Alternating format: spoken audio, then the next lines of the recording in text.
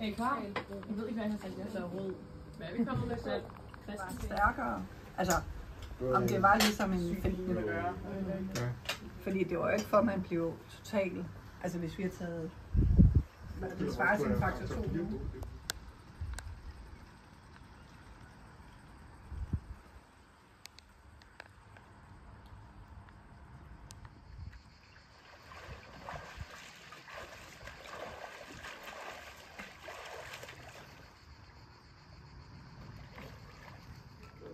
Jeg skal have den her halve liter. Ja, den her bogle. Den her fiskebogle. Men så lav være med at ringe, når jeg fået. Så mangler vi iver med den der electrocutor. Så kan vi tælle til 11? 1, 2, 3, 4, 5, 6, 7, 8, 9, 10, 11. Skål! Er der nogen, der ikke kan se sådan? Glædelig Du er ikke selv med, jeg. Jo, nu er jeg med. Sådan.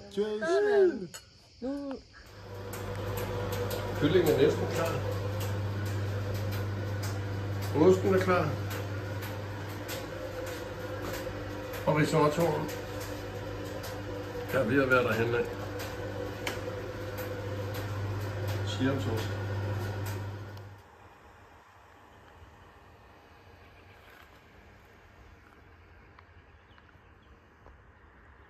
Spændende.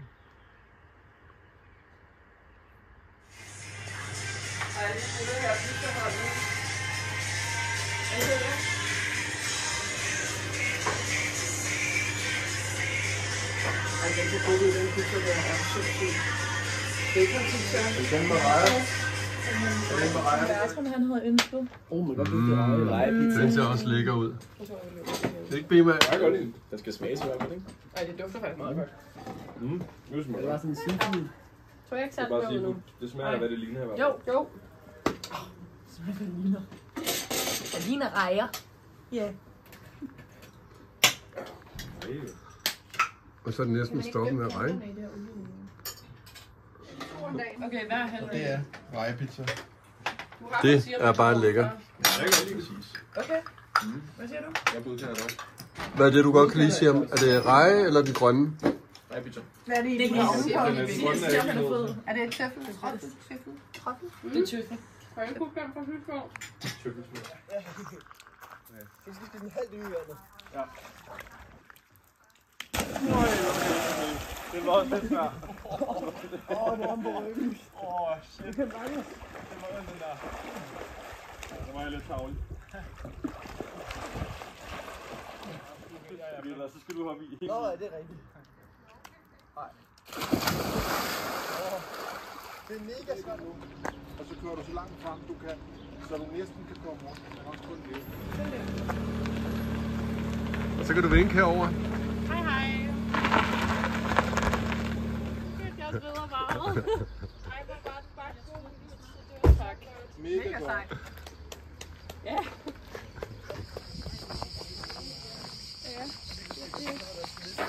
Leder det der ikke meget til det? Hvad fanden hed det?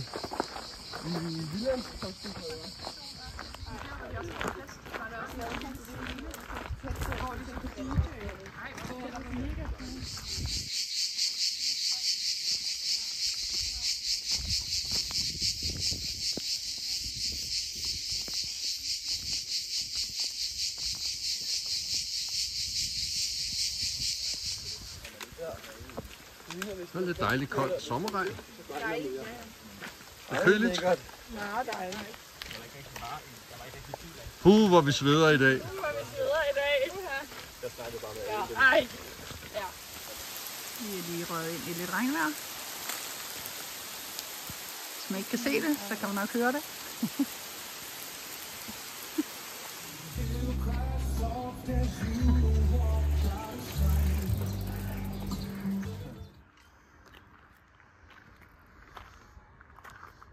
Derude ligger spil bag hele dagsdisen.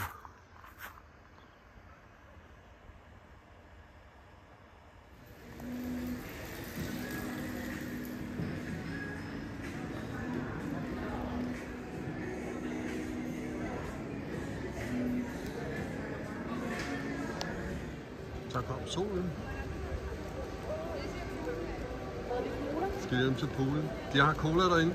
En badedyr. Også badedyr og kød. Og lige for at vi også kan købe kød derinde.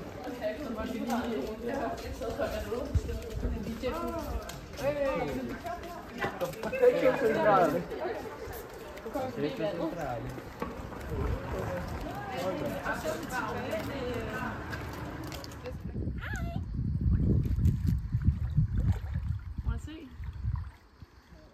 Og så kaster jeg mig bagover nu. Er du klar? Okay.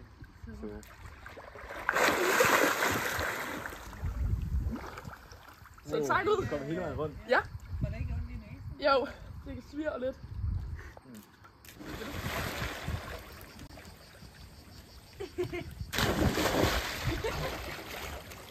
Nej, du røg af.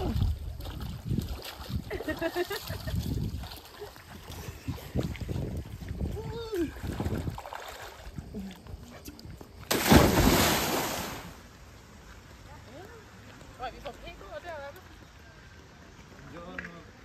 Hvad gjorde du nu? Så er der smagsprøver fra restaurant.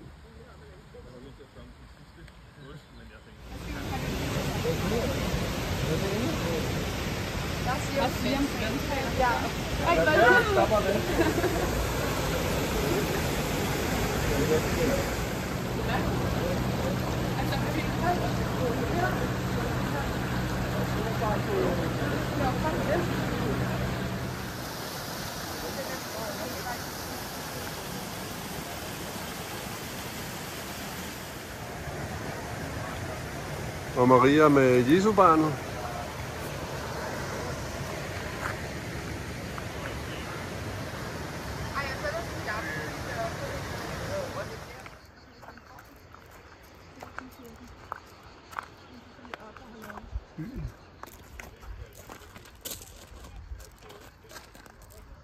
Og det der er tilbage af borgen.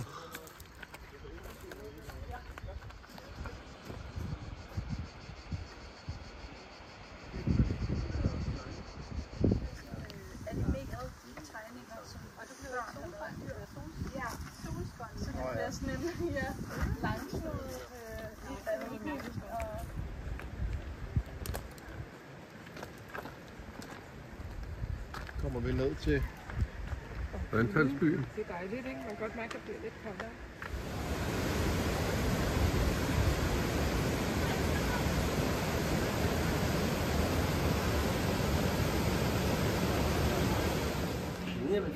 Ja. Hvad står der på den? Executive. Executive.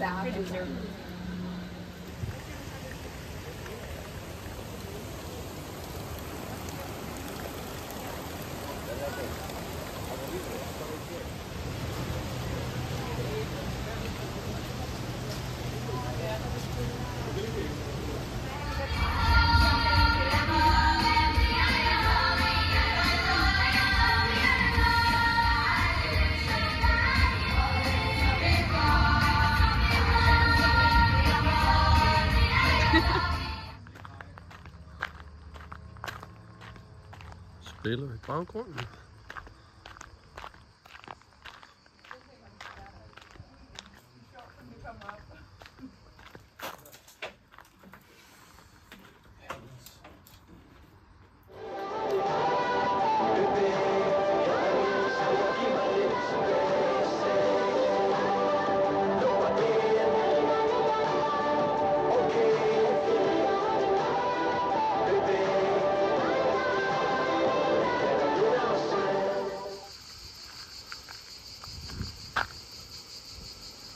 Vej op på bjerget.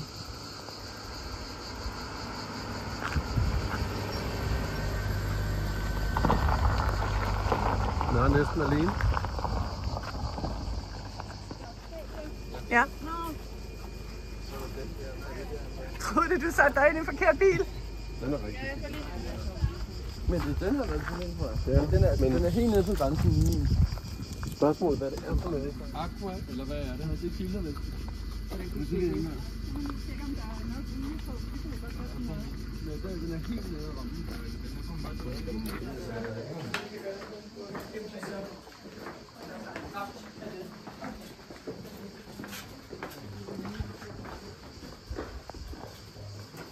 Kloster.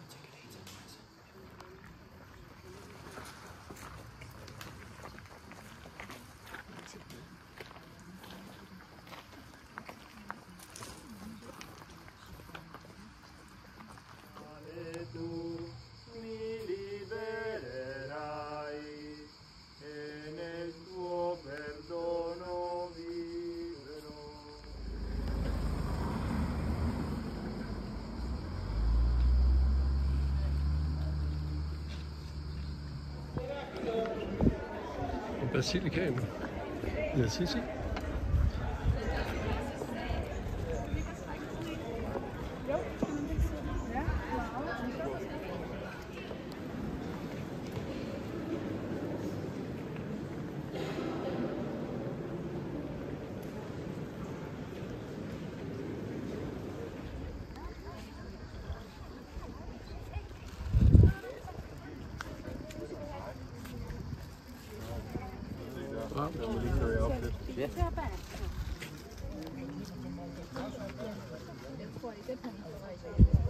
Ja, og vi har fået en idé til, at vi kunne lave et aftensmad. Nu har jeg taget min telefon ned, så vi skal ned derpå. Men vi tænkte måske noget sådan lidt tapasagtigt. Altså, men bare lave små retter. Så tænkte vi følgende, i hvert fald, for I må godt komme med idéer. Bruschetta med tomat og med svampe. Og så givet os mums. Og så tænkte vi også fyldte små peberfrugter. Og så tænkte vi fyldte svampe med bacon i. Og så tænkte vi en salat med fersken og burrata og rucola og pesto. Så kan jeg også gøre brød, så man bare kan brød til bruschetta og også bare, fordi det er lækkert. Og konnichiaka! Yay! Sagde alle sammen i kor. Garsen er godt. Ja. Og så kyssede vi alle sammen. Det her, det bliver så godt. Yes. De her, de er færdige. Og den her, den er bedst. Oplysninger om sin økonomi via sig selv. Ja, det skulle ligesom mig. Nej, via det. Jeg har også fået en masse små. Så er det blandet tapas.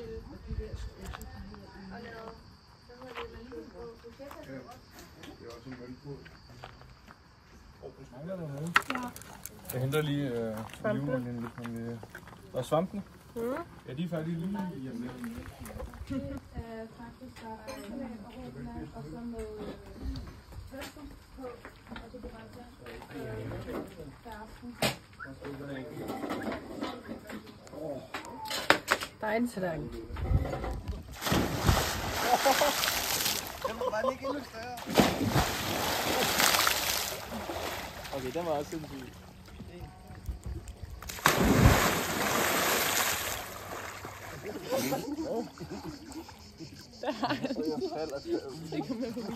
Nu skal I prøve at se, om I kan blive på, okay? Okay.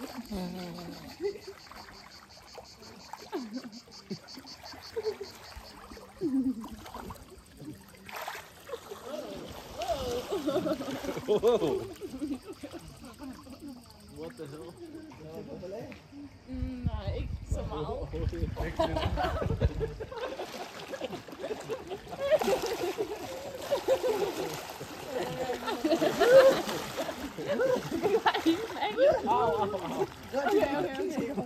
Okay, jeg er her.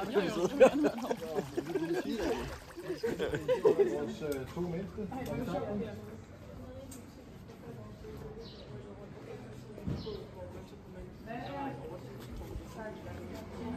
Det er vinen. Det er Så druen. lyder det her sindssygt. Hvorfor har du egentlig ikke en stjernekikker nu? Ja. Jeg vil have en stjernekikker, som du siger. Wow, jeg har lidt i hånden. Til naboen, til naboen. Det ser sådan safari-agtigt ud. Safari. Bella vista. Bellissima. Jeg var også lige ved at falde for. Alemania. Det er du bange for?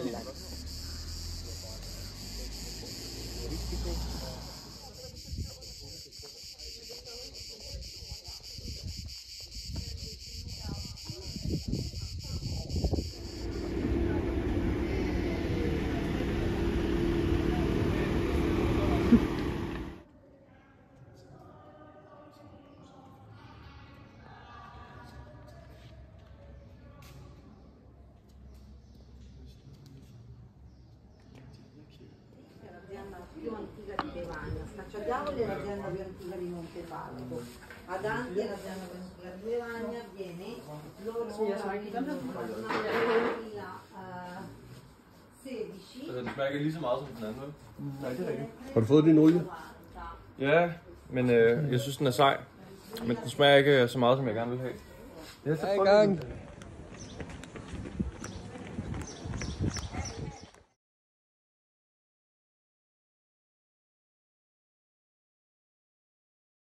This is the last one.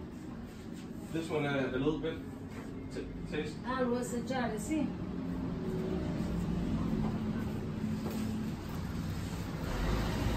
Ellers har jeg altid følt en lille en.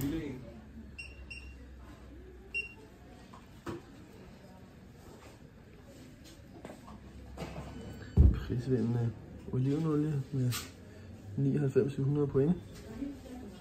Yes. It's okay. Oh. Aspetta il scontrino. Kan du lave et lille smil?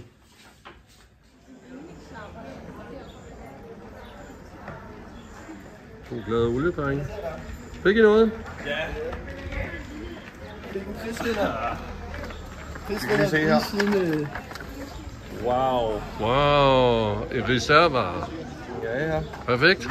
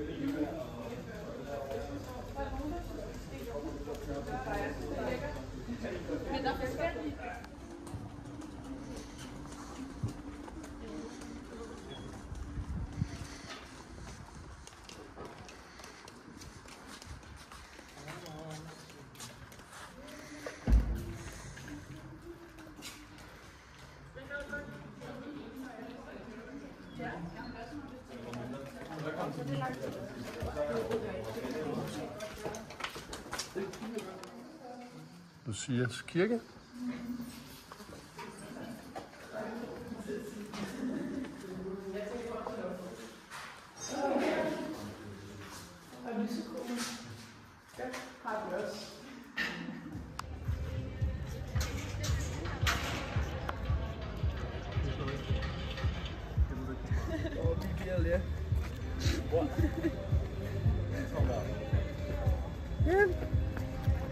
BBL, dude.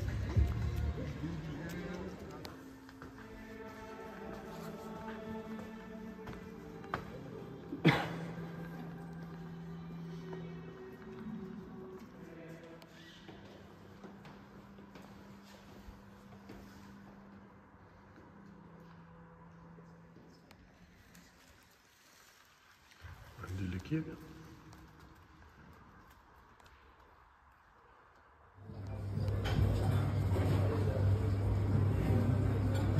Skal vi Tasken.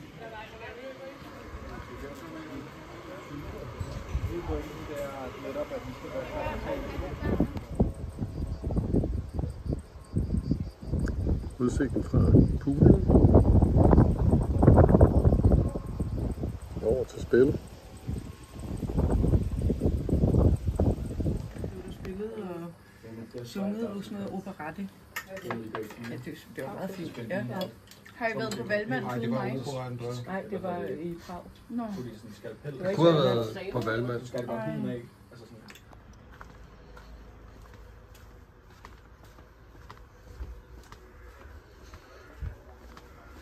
Han gik ud med skraldet, men turde ikke at gå den anden vej.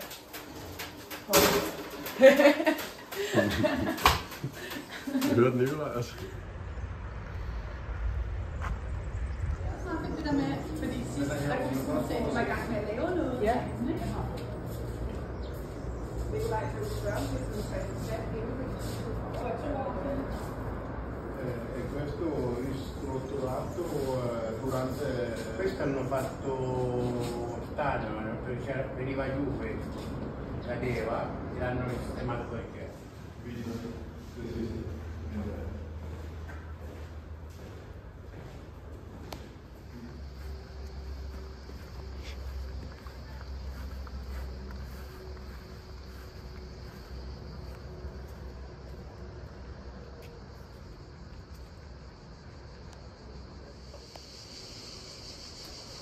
Og det ser ud som om, at den nærmest står som... Eller var det firkanter?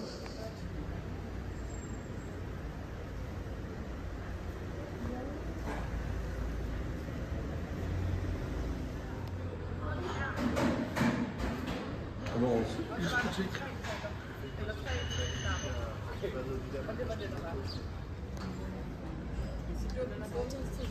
Jeg var så sej, fordi det var der, jeg havde den åndsprøg Nintendo der. Hold kæft, der var det fedt. Det var bare så sejt. Så bliver der blandet.